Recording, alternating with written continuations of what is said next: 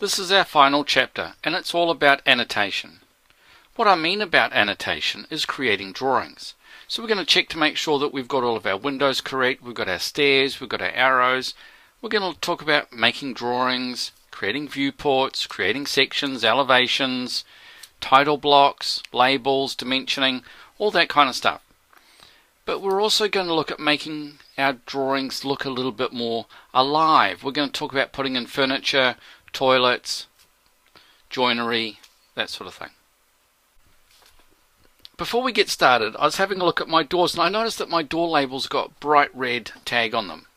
So let's have a look to see what I've done with that. If we go edit and we have a look, for some reason my ID tag has a red square. So let's change that to white.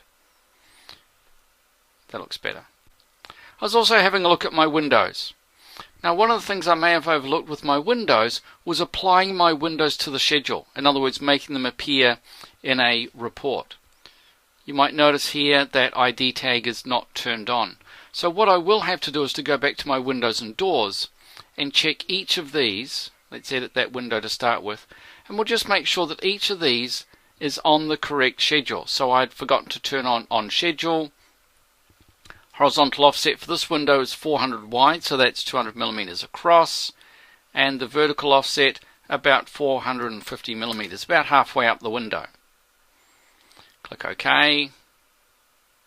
Click OK. And now the next window. So I'm going to have to go through all of these just to check them. Now this one, my 600 wide window, let's have a look at the ID tag on schedule.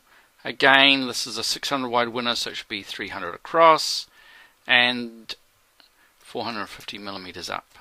And we'll go OK on that one. Now the next window. This casement window here, let's edit that one as well. ID tag on schedule. This window is 1200 wide, so it should be 600. And it's a 1200 high window, so 600 up as well. So that should have improved all my windows. When I change my view and look around, we should notice that when I turn off the shutters, you can see the ID tags on my windows. Now we will have to update those window ID tags so that they make sense. Normally I start next to the front door, that's window 1, and I'll work my way around the building.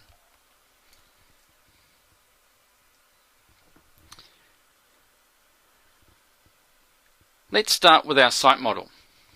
When we have a look at our site model, you might notice that the site model is just a little bit barren. There isn't much here. What we need is something that's going to help to make this look a little bit more lively.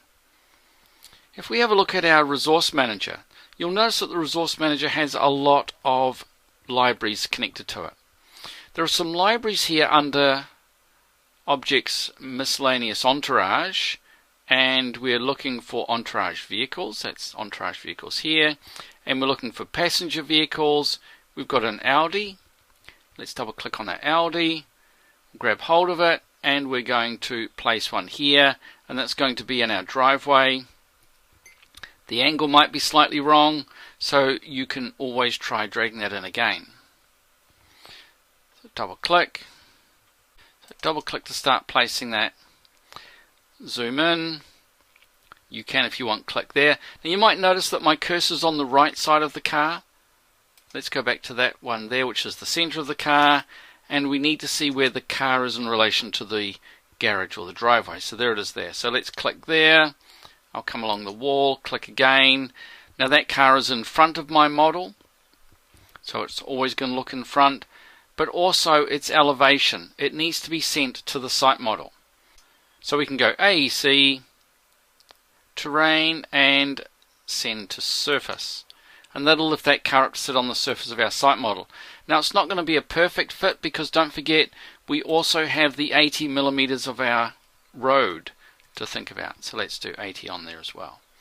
Let's look at that from a 3D view and make sure that our car is sitting at about the right elevation. So if you have a look, the car looks like it's still a little bit low, so we need to lift that up by a little bit more.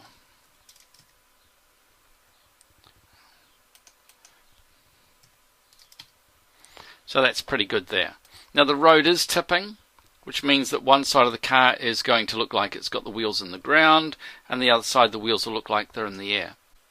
There's a way around this, but when I do that, we'll lose the 2D view of the car. So let's edit that car. Let's go back to our current file. Step 10, let's find that Audi. Here it is here. Right click and we'll edit the 2D component, and we'll just select everything and delete it.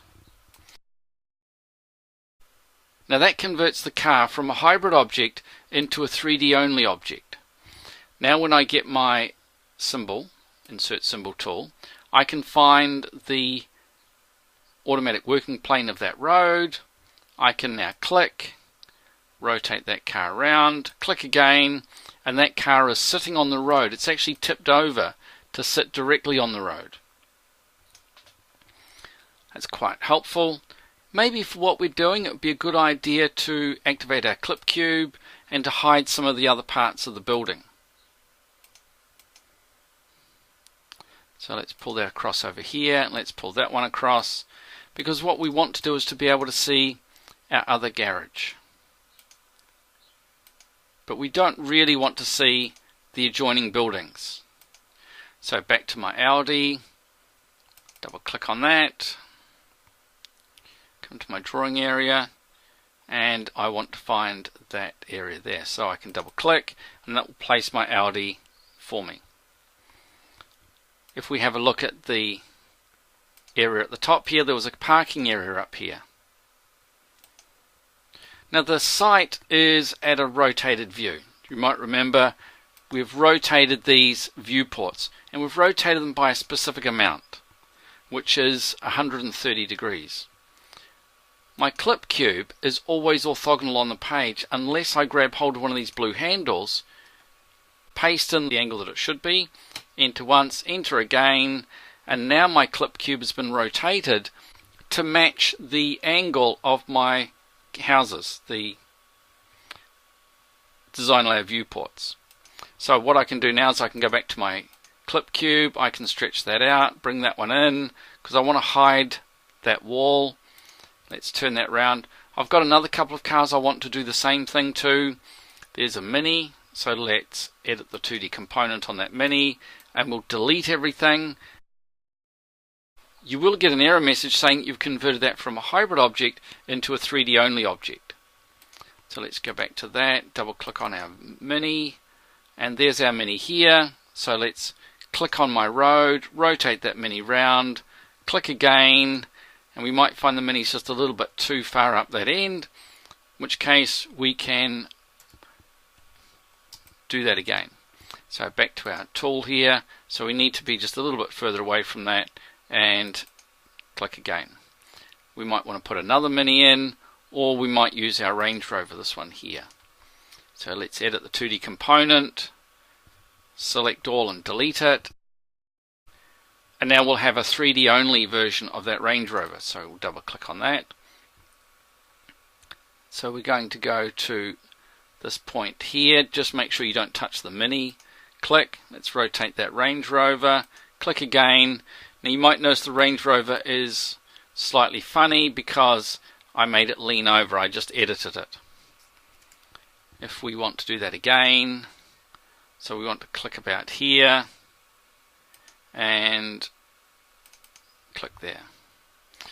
So there's my Range Rover. I've also done the same thing with my Fiat. It actually looks like it's turning a corner. Let's edit our 2D view, let's delete all that, and we'll place our Fiat. Now the Fiat looks like it's turning a corner, so what we might have to do is to place it, I can't remember which way it's turning, I think it's turning that way around, so let's try placing it there. We'll go around the corner, that's going the other way, so what I'll just do is I'll click here and I will rotate that so it looks like it's driving in. Looks like it's driving a little bit too quickly. Sorry, I was just having a little bit of fun. So what does this do to our model? Now that we're back in a top plan view, you can see the way the cars look. They look as if they haven't got a 2D nature to them. So that's a downside for what we're doing. So when we come to do our site plan as such, make sure your cars are on a class that you can turn off, so that when we look at our site plan, we don't see this wireframe view of the cars. What does that do for our elevations and our perspectives? Let's just have a look. So here on our site plan, you might notice that our road is invisible. That was one of the classes we created. So let's go to classes and make sure that our road is in fact visible. So it was the curb, the paving, and that should be fine. Let's just preview it and make sure we've got what we want. Yep, there we are. But we do not want to see the cars. We had a site cars class. We don't want to see that, because if we do turn that on, the cars look like black blobs, which we don't want to see. So let's turn those off and click OK. On these two views though, we really want to see those cars. So let's find site cars and we'll turn that on.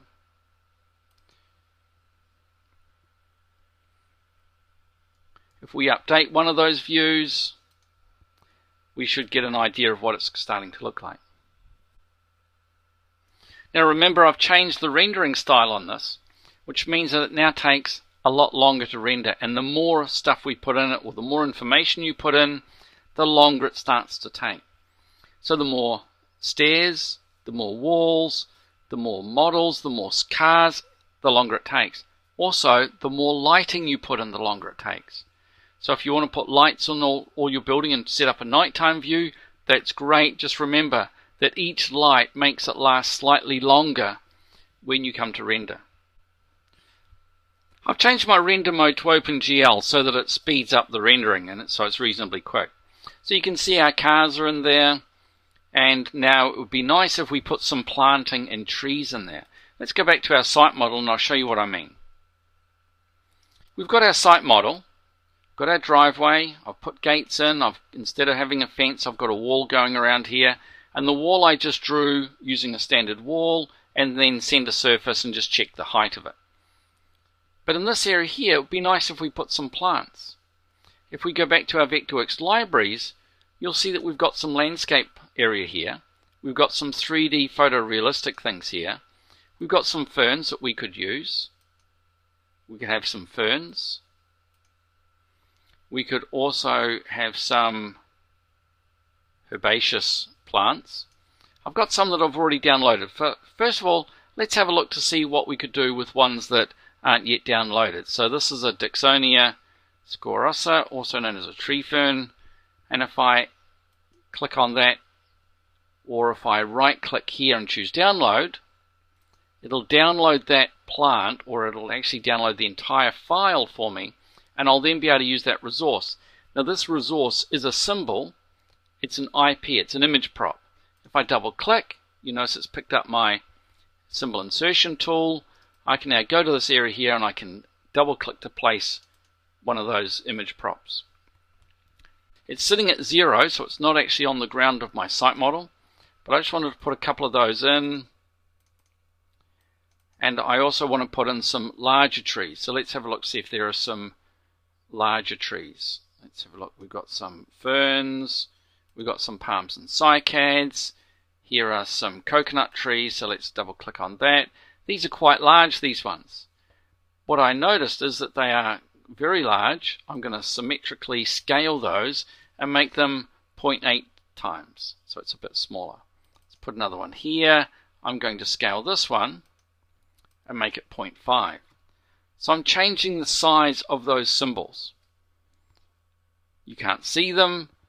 What I need to do is to select those plants. I'm going to go back to my selection tool, select object, click on one of those symbols, and it's picked up all my symbols.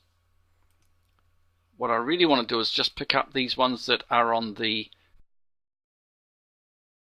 Now they're not being assigned to the class I want, which would be site-plants. If that class doesn't exist, we'll need to create it. So let's create a new class.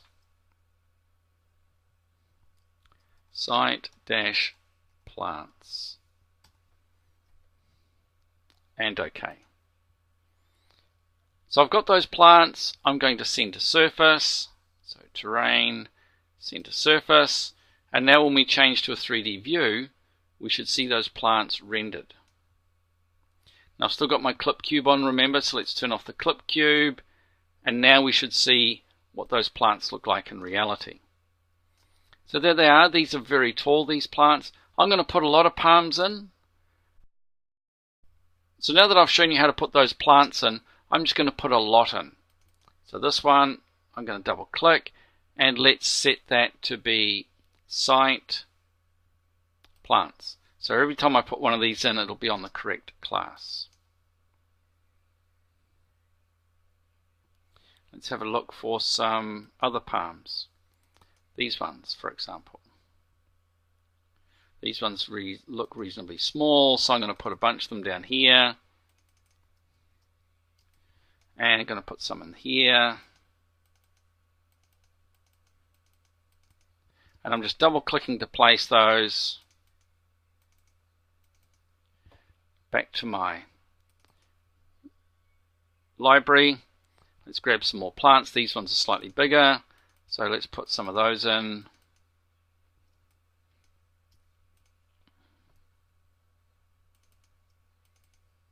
And I'm just going to put some more plants in.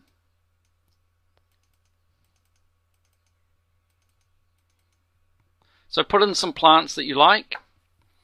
There are loads of plants that you can use from here. There are some cycads, the coconut trees, sago palms, put some of those in as well.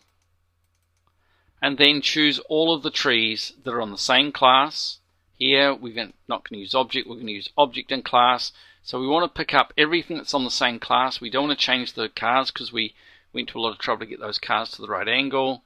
AEC, terrain, center surface, and now we can have a look at our view again, and maybe that's starting to look better. What about some people? Well, there are some people here, but they're not extrusions. So I found some people. They're in the entourage people. There are some people that are filled. This guy here is an outline figure. If we have a look, there are filled figures and outline figures. And these are symbols of people. They're silhouettes of people. And what I was able to do was to turn those outlines and those filled figures into people or into extrusions, and then I gave them a light grey texture, so they were see-through texture. So here are the outline figures. There are also some filled ones, things like this businessman, and all I did was to take these people and extrude them as part of the symbol. Now, I've already done that, so if I have a look at my area here, and I look at this one here, outline figures they were, and filled figures, that one, the businessman filled, he's already been filled in. So I'll show you how I did it. I'll do another one. Let's find another one of those people. I'm going to use a filled figure and this business couple. So we'll import that to start with. And we'll preserve the folder hierarchy, which means that they'll all be together in their filled figures folder. So let's edit this one. Let's edit the 2D component. There they are. It's a polyline. So we can just extrude that. So we can go edit. That's our object. It's a polyline. We're going to go to model, choose extrude. I've given them an extrusion of about 50 millimeters, 2 inches. It's not much. When we look at this from a 3D view point of view, you'll find that they're lying on the ground. So I just go to a side view, get my rotate tool, make sure I touch their feet, come along and just stand them up. So there they are standing up. Let's just have a look at the render. I've created a specific texture for this, which is a texture which is a grey fill.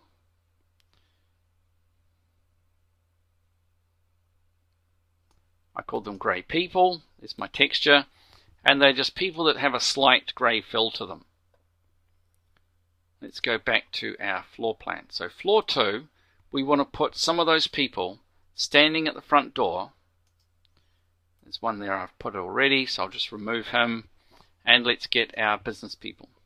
So double click, that'll activate the symbol insertion tool, and double click to place those people. So there they are. They may not be on the correct elevation, so just check that. You notice they're floating in the air.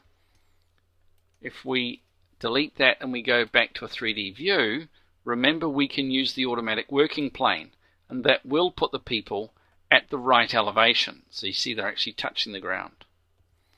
So we can go around the back, or we could go to the next floor up. And you can see I've already put some people here, and the way I did it was to highlight that floor slab and double click. And so I've got those grey people. The people are on the plants. I really want all those people to be on a class, and I'm going to call it site-people.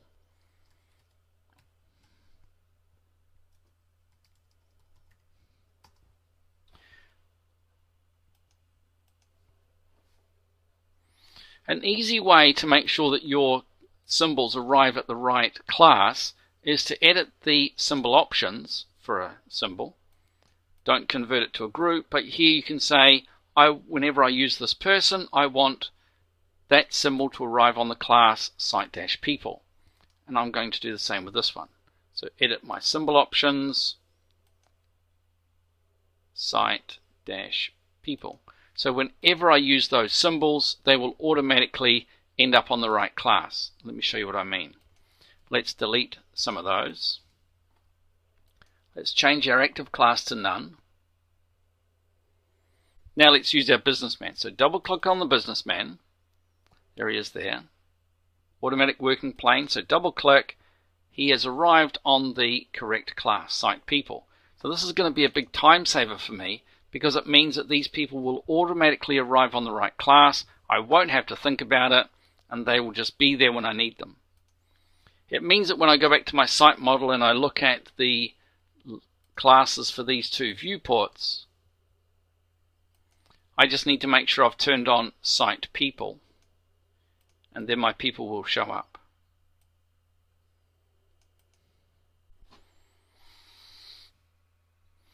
If you've assigned your people to the correct class, or if you've assigned any symbol to the correct class and it still doesn't show up in your viewport, there's got to be another reason.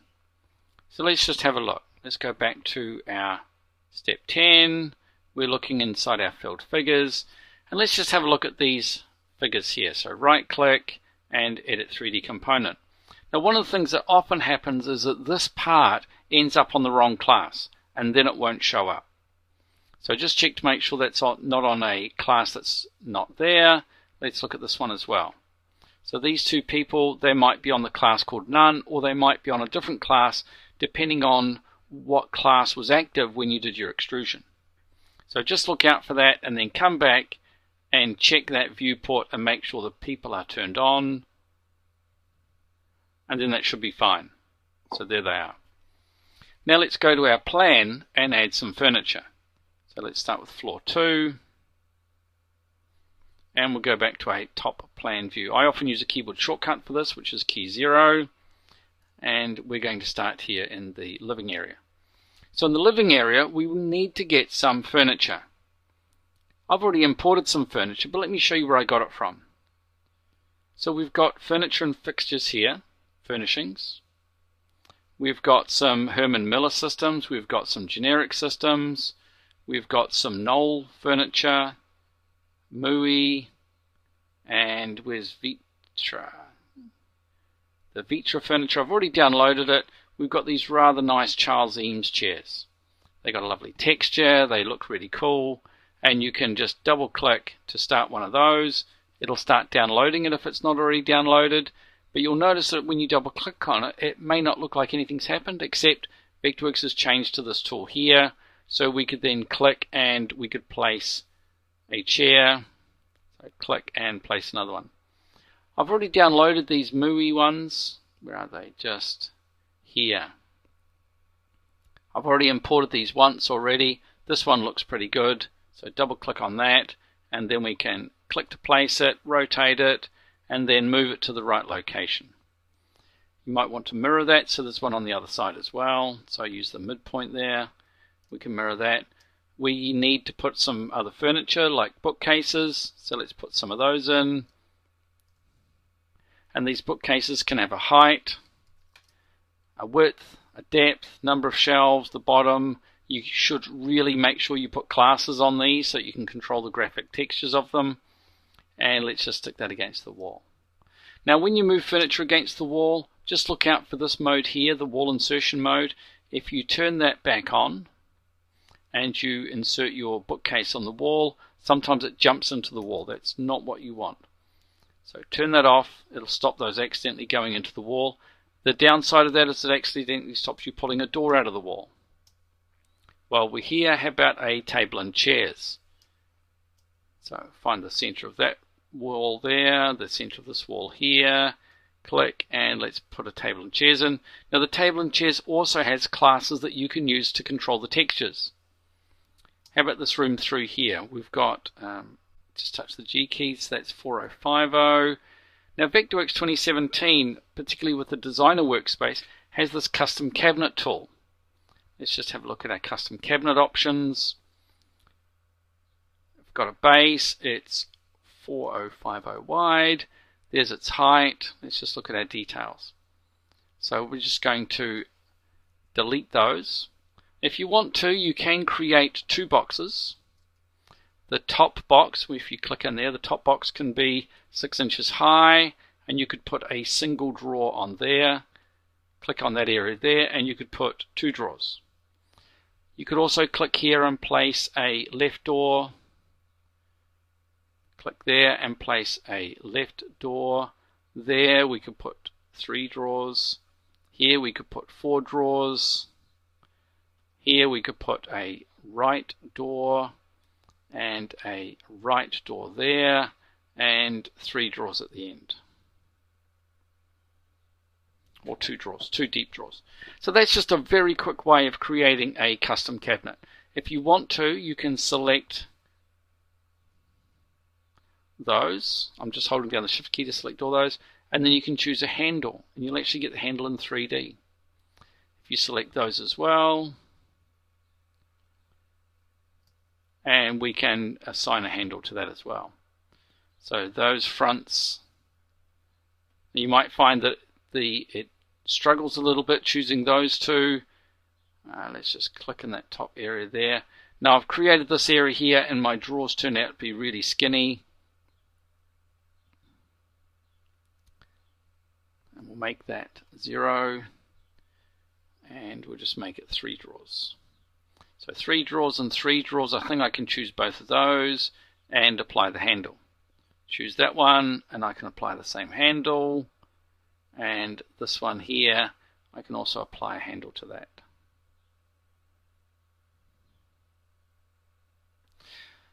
We can go to our attributes, and we can apply textures to these. So you could go to the doors. You could apply a texture. If there's a good texture that we've got, one of these ash woods maybe. If we go to our drawers, we can apply the same texture. It's better if you use classes though. So it's better if you set a class for the doors and drawers. That way you can make changes without having to enter this dialog box. Let's click OK, and back to our cabinet here. You can see it's trying to jump into the wall. Turn off that mode. And just make sure that we're not inside the wall with that. Let's just grab that by its corner and we'll put it in there. If we just zoom out a bit, we can see the entire cabinet, and I can go control click. Let's lift that up to 1500 high. The overall height will be 2400 minus 1500. The width is the same, the depth is only 300. And what we've made is a cabinet which is now a wall unit. Now I don't know if you noticed, but I keep selecting the slab. Why don't we just turn that off with our visibility tool, and that'll mean that we don't accidentally select it. So now I've got some cabinets. So those are my wall cabinets. If I just scroll down, you can see there are my cabinets below. There are my wall cabinets. Let's just double click on that to allow us to edit them. And for my details, I'm going to select all of them. And for this exercise, I'm going to hit the delete key. Let's change all of those to a left hinged door. So they're all hinging the same way, and OK. Now you should really think a little bit more about that, because you can see I've got the same cabinet everywhere. But that's fine. Let's go back to a plan view and let's have a look at filling in our bathroom. So what sort of resources do we have access to for our bathroom? Well, we could search. Let's search for bath, see what we get. The resource manager is fantastic for searching. Not only will it look for resources that are here, but it's got the ability to look for resources all over the place. So it's now not just looking in my current file, but it's looking in its entire library to find out what it's got. We should find them here under Building Services, Sanitary. We could use American Standard. I've actually already downloaded the Duravit one, so you can see that has the download icon. This one doesn't. So let's have a look here. There's a second floor one that I could use. Let's double click on that. And there it is. So I'm going to click, rotate that round, click again, and there's my bath in place. The next thing I need is a Duravit, not just a bath, but a wash hand basin. I'm looking for a nice wash hand basin. That one I'll use, so double click on that one. Let's put one of those against there. And we also need a WC or a toilet. So double click on that one, and I've already used that texture. So we're going to touch that point there and hit the G key. I'm going to tab, minus 450, enter once, click on my wall, rotate that toilet around. So that's got the right offset for that. This could be a terrible plan because that wash hand basin might just be too large, but just choose a design that makes sense. Let's have a look and see everything. So we haven't got any furniture in our entry area. Maybe you need a small table, maybe you need a little seat, maybe you just want one of these in there as well so that you can meet and greet people there. Whatever you need, put that furniture in. When you go upstairs, remember to also put in the furniture for this floor as well.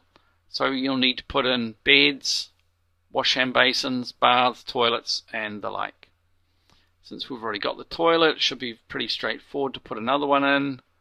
So if I go back to here and I double click, okay, there's my toilet, so I can choose to put my toilet here maybe. So G key, we're going to come up here, 450 again, enter once, enter again, and just rotate round. What about our bath?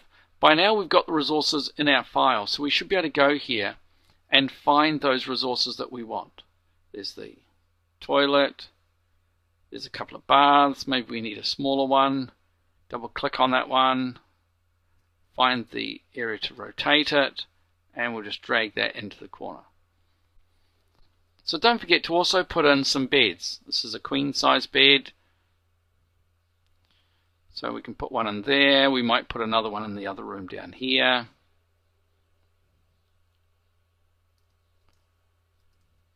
And so we're starting to populate this with furniture. This might be a study, it might have single beds in it, and you should find some of those things in the equipment generic area. So this is objects, equipment, generic. Let's just have a look. Those are office equipment, objects, architectural, building furnishings. Let's have a look. Building furnishings generic. And let's scroll down here till we find our residential bedroom. So there are some in this file, and there are some in that file. So find the ones that you want. You might have bunk beds in the room, for example. So you could double click to place the bunk beds. Maybe a study desk over here and so on. So that's the idea of populating the plan. Now we should have made sure that all of these objects were on the correct classes. Furniture main for that, plumbing fixtures for those, and the same for downstairs. When we have a look, we've got furniture for those. They're on the none class. Well, they're not going to turn off when we don't want to see them, so furniture main. What about these two? I suspect that those two are on the wrong class, so let's select each of those. Furniture main is what we want for those. Now we put in this bookcase, again, furniture main. One of the tricks you can do here is you can start hiding classes, and making sure that they all turn off. And if they don't turn off, then you'll have to make sure that you put them on the correct class. Let's go back to our site plan and we'll check. On this one we've turned off the classes for the plants. If we have a look, we should see there's a whole lot of classes turned off to do with the site, paving, people, plants, and so on. On these particular viewports, we want to see those objects. So let's just go back and check to make sure that they're there. So furniture main we might want to see, we might not. Let's come down here. We don't want to see the plumbing fixtures because they're all inside. We need to see the people, we need to see the plants, we need to see the stairs, and make sure that those are on a quick rendering just for this exercise. I would choose a high quality rendering for those if I was giving them to a client, but for today's purposes, OpenGL is fine. Even with OpenGL, it's now starting to take a bit longer to render those views.